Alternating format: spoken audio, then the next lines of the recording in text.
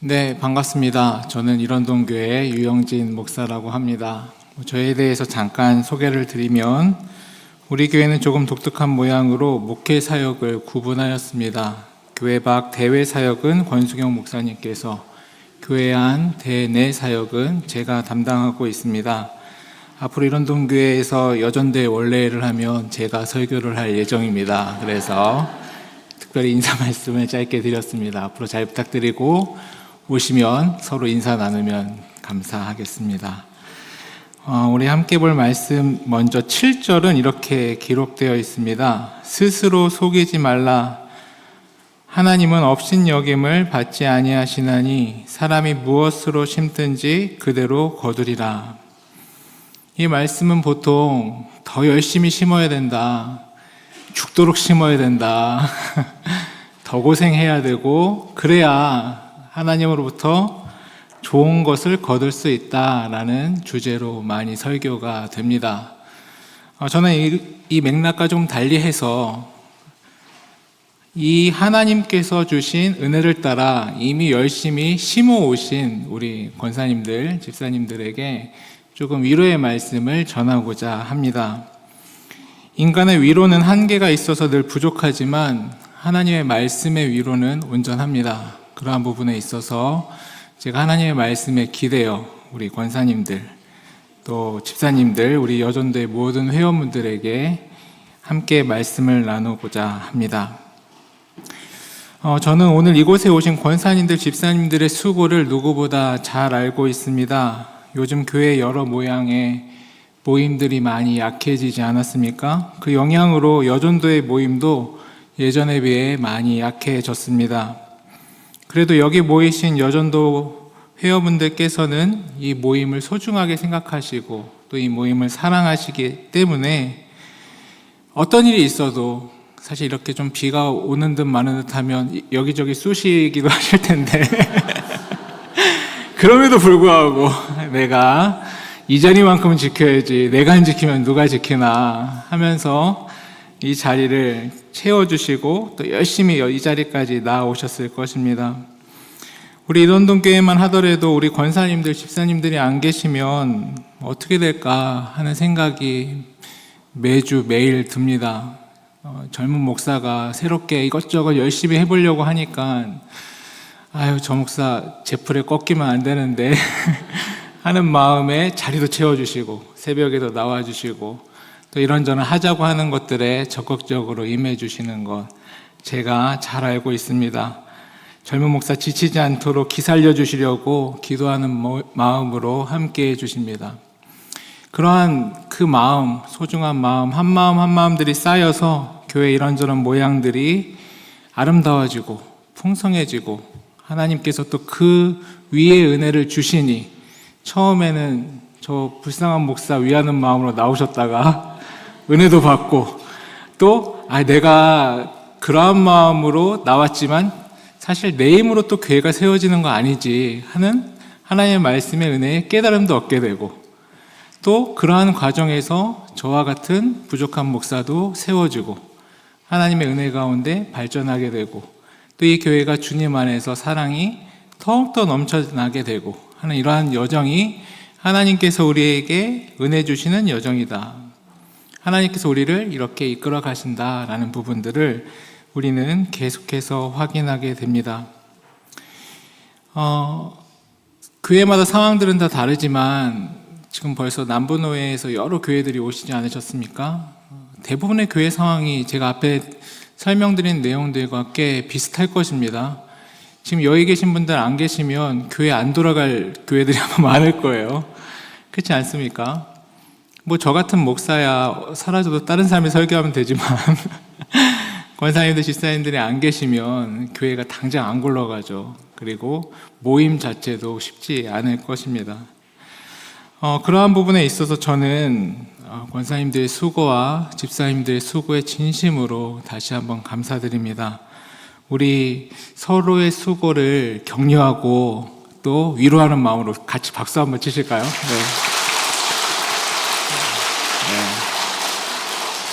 진심으로 감사드리고 우리 여전도의 회원 한 분 한 분 정말로 귀하고 또 놀라운 일들을 감당하고 계십니다.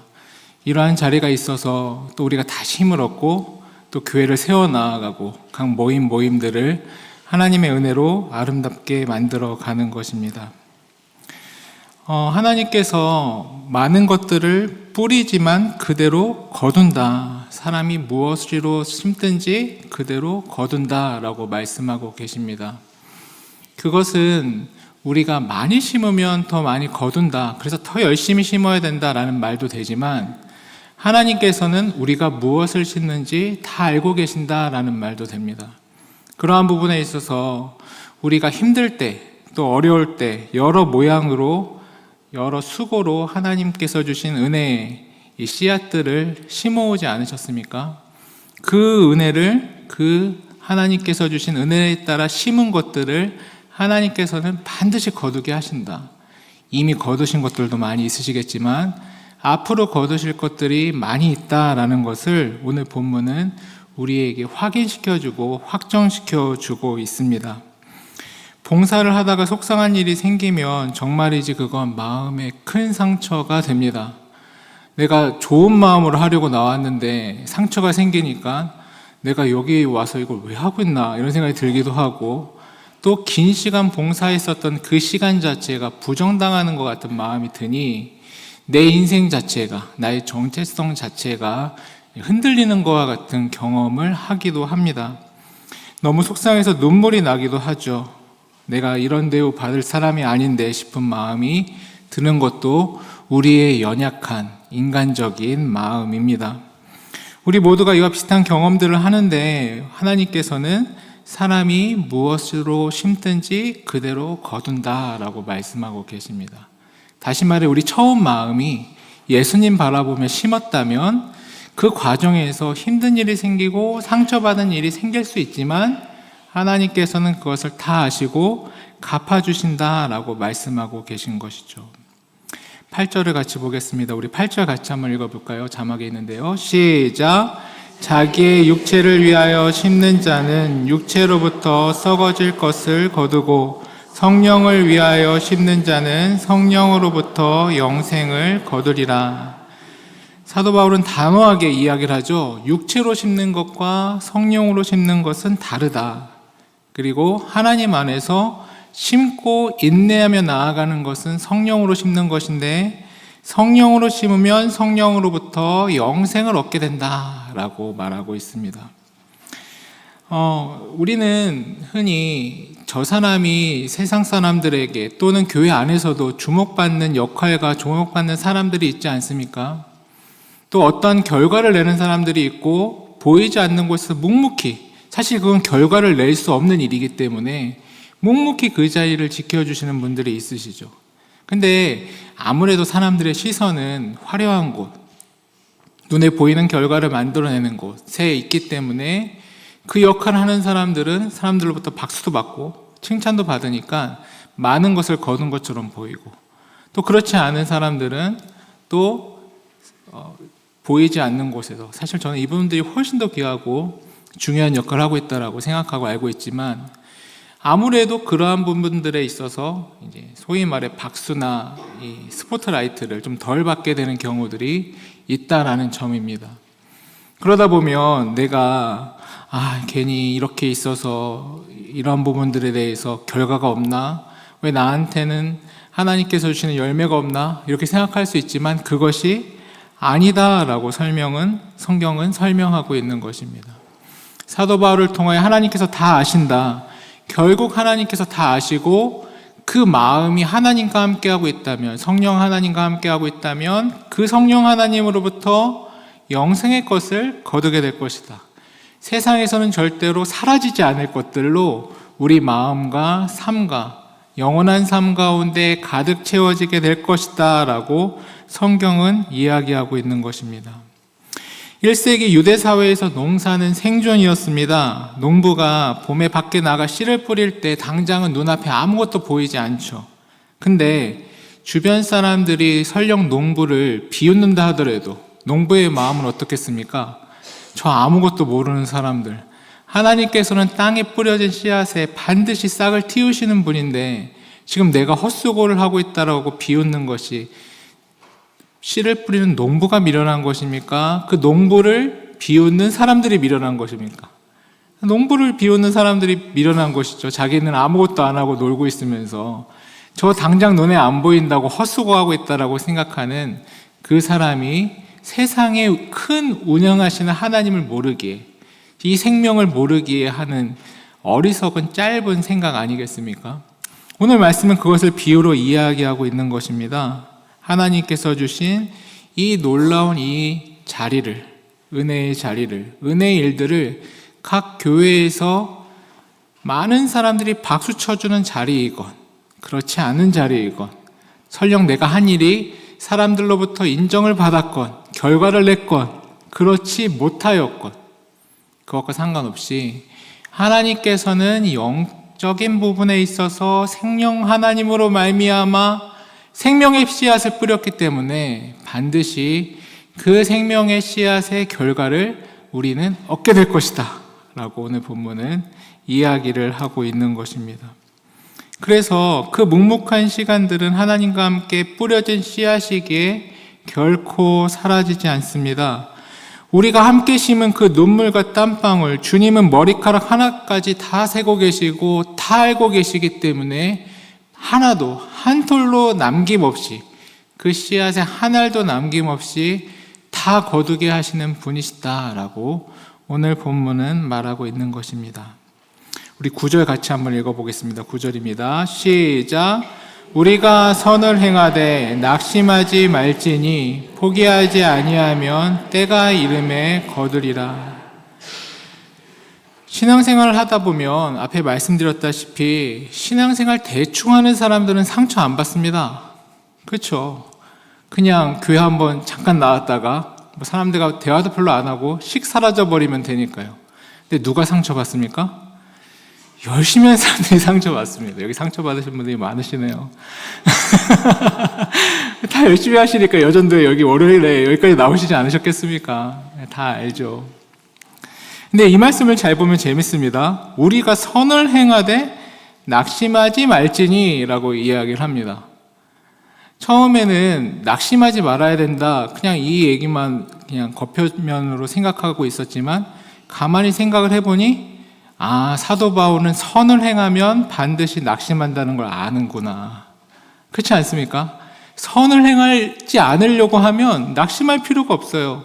제가 앞에 말씀드렸던 것처럼 교회에 열심히 나오지 않으면 시험 받을 거나 상처받을 일이 없는 것처럼 처음부터 내가 하나님 말씀에 따라 하나님의 일에 선을 행하겠노라 라고 결심하지 않으면 낙심할 일도 없습니다. 근데 믿음에 따라 열심히 주의 일을 감당하다 보면 낙심한 순간이 온다라고 이야기를 하고 있죠. 그때 우리는 어떻게 해야 합니까? 포기하지 말아야 한다. 그때 우리는 어떻게 해야 합니까? 하나님 바라봐야 한다. 왜냐하면 하나님께서 다 아시기 때문에 때가 이르면 거두게 하시는 분이시기 때문입니다.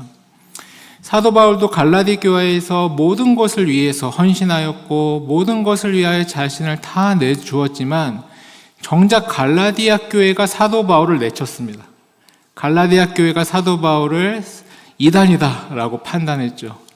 그러한 큰 상처를 받은 사도 바울은 자기의 모든 것이 부정당하는 것 같았을 것입니다. 크게 낙심할 일이 생겼죠. 근데 사도 바울은 어떻게 하였습니까? 포기하지 않았습니다.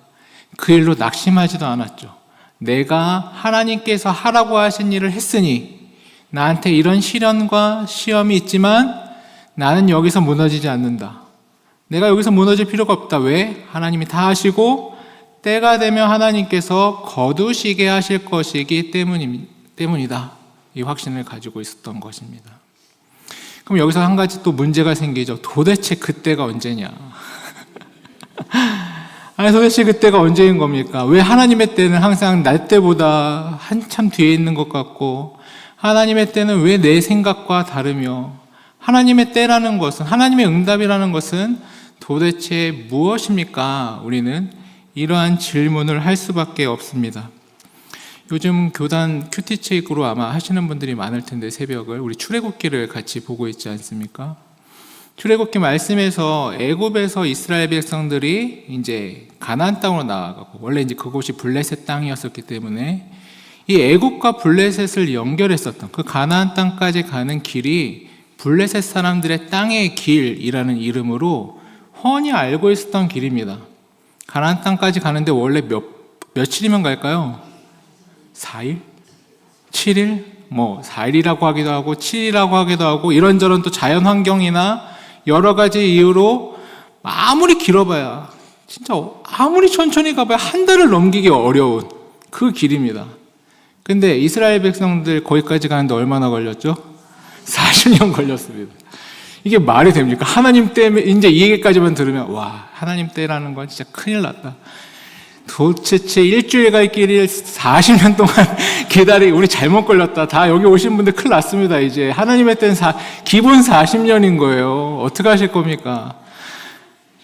그러면 이제 우리는 마음에 혼란이 생기기 시작을 하는 거죠. 그때를 기다리는 게 맞나? 아니면 내 승질대로 빨리, 내 방식대로 빨리 일을 풀어버리는 게 맞나? 어떻게 하는 게 맞습니까?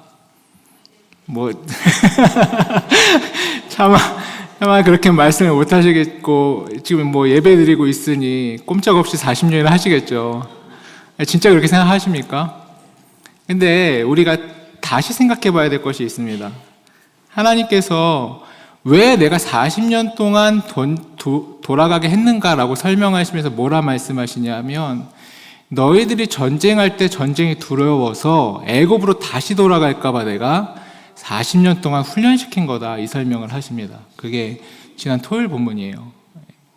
하나님께서 친히 이미 시작도 하기 전부터 그 이야기를 다 해주시고 시작을 하십니다. 이제 헛수고하지 말고 내 마음과 뜻을 알아라 라고 말씀하시는 것이죠. 근데 이게 왜 중요하냐면요, 전쟁이 생겨서 애굽으로 다시 돌아가면 어떻게 되는지 아십니까? 이스라엘 백성들 애굽에서 몇 년 있었죠? 400년 있었어요. 그럼 400년 동안 또다시 기다려야 되는 겁니다. 다시 말해, 하나님의 관심은 이스라엘 백성들이 영적인 전투를 해서 온전히 하나님의 사람으로 딱 붙들려서 그곳에서 하나님 나라를 펼쳐 나아가는, 하나님을 예배하는 족속으로 세워지는 것인데, 그 애굽이 무서워서, 이 전투가, 영적인 전투가 무서워서, 이제 블레셋과도 전투를 해야 되니까요. 이 전투가 무서워서 다시 애굽으로 피하면 도로 400년입니다. 그럼 400년이 빠릅니까? 40년이 빠릅니까? 이제 셈법이 달라지죠. 말이 400년이지 그냥 죽는 겁니다. 그 민족의 구원은 사라지는 거예요.